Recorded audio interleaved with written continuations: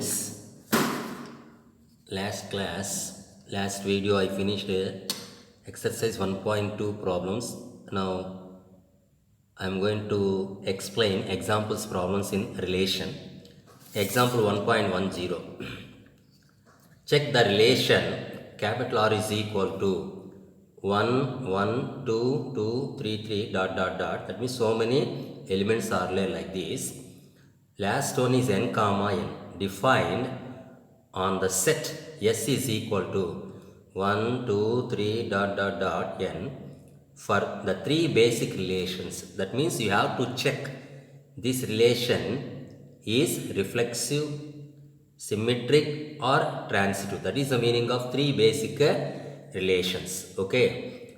So, if you recollect the reflexive definition, for every a comma a belongs to R, for every element belongs to R, a comma a should present in R. That means what? For every element present in the non-given set, a comma a should belongs to R.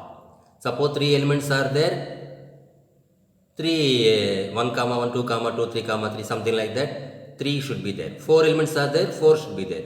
Like that, n elements are there, n should be there. Okay. So, for all a comma s, for all a comma s means s la irukra ella elements kume a comma a belongs to R.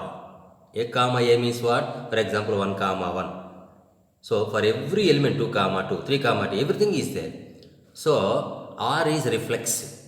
Why? Because 1 comma 1, 2 comma 2, dot, dot, dot, 3 comma 3, up to n comma n belongs to R. So, R is reflexive. So, every element, okay, has its same domain and codomain. That is what? Same value. 1, 1, 1, 2, 2, 3, 3. That is the meaning of reflexive, like mirror image. Next one, symmetric.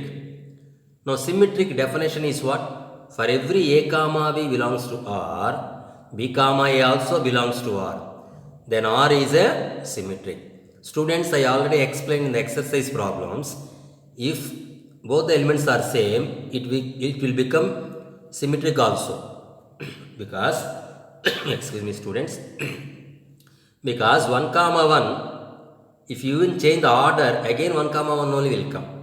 For example, if I take 1 comma 1 as a comma b, again if you change the order, 1 comma 1, b comma a also belongs to R. So, for every a comma b belongs to R, b comma a also belongs to R. So, R is a symmetric. Like that, everything is a symmetric only. Because if they are equal means, by nature it is symmetric. Even if you change the order, the value will not change. So, if a comma b belongs to R, then b comma a also belongs to R. That is a symmetry. So, two properties we test. Say this relation is reflexive, this relation is symmetric. Students, what is the next one? Transitive.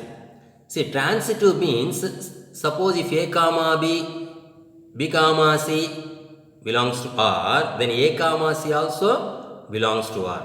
But அந்த மாதிரி இங்கே எதுலுமே கிடையாது. See here, for example, 1 comma 1, is there any order pair starting with 1? No. 2 comma 2, is there any order pair starting with 2? No. So that's why by nature it is transitive. That's what they explain here also in the example. We cannot find two pairs a comma b, b comma c in this capital R such that a comma c does not belongs to R. So we don't have any pairs like this. If you have, you have to check. Otherwise not necessary. So R is not transitive, is not true. That means what? R is transitive. Okay. So reverse case. Okay. That's why if it is there in this form, then you have to check. Otherwise you need not check. By nature it is transitive. That I already told. See, just simply it is like everything is there. But one starting with 1, nothing is there. Starting with 2, nothing is there. So you cannot take the elements like that. Okay. So it is by nature it is transitive. I already told this is a universal relation. Universal relation is a equivalence relation. So it is reflexive, it is symmetric, it is transitive. Okay. So since these are reflexive, symmetric, transitive, this relation is also called as an equivalence relation. Very simple problem. Okay, this kind of problems we did in exercise also. Okay, so next video we'll see some other example. So if you like this video, please subscribe this channel. Okay, bye.